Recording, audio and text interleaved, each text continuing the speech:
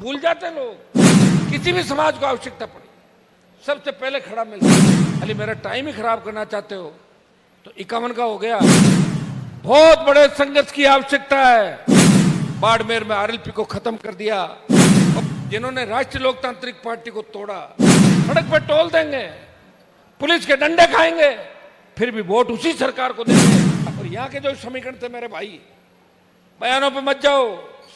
यहाँ भी आपकी बात कैसे रही थी आप सब एक दूसरे अंदर से जानते हैं। प्रत्येक नौजवान ये तय कर ले कि हमारा भाई अकेला लड़ रहा है और मैं मेरा पूरा जीवन आपके लिए समर्पित करूंगा, आपके सम्मान को ठेस नहीं लगने दूंगा, फिर तो आरएलपी कभी नहीं आएगी और मैं अकेला ही घूमता रहूंगा और आप नारे लगाते रहोगे। सरकारों से लड़के, अलग अलग पार्टियों से लड़के खुद का वजूद पैदा करना, उसमें बहुत बड़े संघर्ष की आवश्यकता है। और उस संघर्ष राजस्थान के अंदर किसी ने नहीं किया। पारिवारिक तकलीफें, माफिया से संघर्ष, उन भाजपा कांग्रेस के बड़े नेताओं से संघर्ष। लोग ये कह रहे थे कि हनुमान की पार्टी को तोड़ लिया, बाड़मेर में आरएलपी को खत्म कर दिया। वो लोग ये नहीं जानते मैं तो दिल्ली के अंदर लड़ाई मेरे साथ बाड़मेर की तो लड़ रहा था। मैं तो चाह रहा था कि 2 सीट मिले जिसमें बाड़मेर और नागौर मिले और मैं मेरे किसी भाई को साथ लेके जाऊं राष्ट्रीय लोकतांत्रिक पार्टी से। मैं तो वजूद वाला व्यक्ति, मैं परवाह नहीं करता किस चीज की। लोग तो जातिवाद का आरोप लगाते हैं, लेकिन लोग ये नहीं भूलते कि कल आवश्यकता पड़ती है, परसों पड़ती है, 3 दिन बाद पड़ती है। कौन बोलेगा? जो मिलाजुली का खेल चल रहा है राजस्थान के अंदर। मैंने तो 0 से शुरुआत की और इस कौम का सम्मान बढ़ाया। लोग अपना आप कहते हैं कि भाई धन्य है इस कौम का ये बेटा जो सारी जातियों के लिए लड़ रहा है और सबकी मदद कर रहा है। ये संदेश देना बहुत मुश्किल है मेरे भाई। भूल जाते हैं लोग, सड़क पर टोल देंगे, पुलिस के डंडे खाएंगे, फिर भी वोट उसी सरकार को देंगे।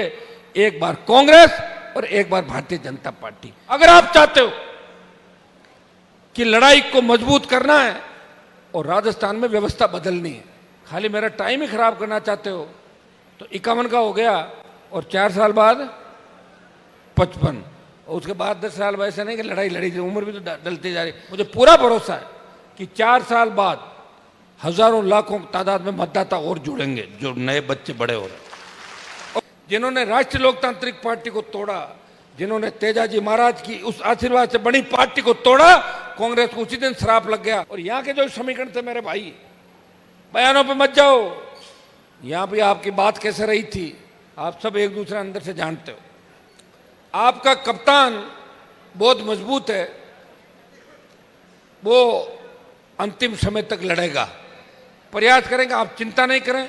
अगर प्रत्येक नौजवान ये तय कर ले कि हमारा भाई अकेला लड़ रहा है, जिनसे सत्ता के सुख को ठोकर मारी, नहीं तो मेरे पिताजी ने सत्ता का सुख देखा और न हम लोगों ने देखा सिर्फ आपको सुखी करने के चक्कर में कि हमारे भाइयों की जिंदाबाद होनी चाहिए, हमारी कौम का सम्मान बढ़ना चाहिए, इसलिए सत्ता छोड़ के सड़कों पर निकल पड़े। इसलिए अब ये तय कर लो, हनुमान बेनीवाल इस राजस्थान के सम्मान की लड़ाई लड़ रहा है। किसी भी समाज को आवश्यकता पड़ी सबसे पहले खड़ा मिलता हूं।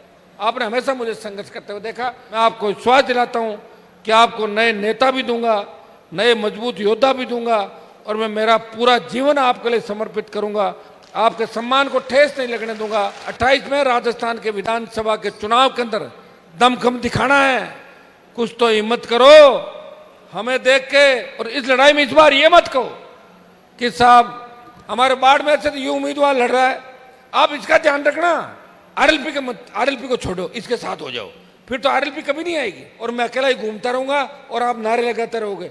क्या चाहते हो 28 के अंदर? अब इस पौधे को तैयार करना है, वट वृक्ष बनाना है। ये देश के किसानों की आत्मा, देश के जवानों की आत्मा आरएलपी के अंदर बसती है। भाइयों, मैं बाड़मेर के जवान, किसान और प्रत्येक व्यक्ति से 1000% खुश हूं। आपको चिंता करने की आवश्यकता नहीं।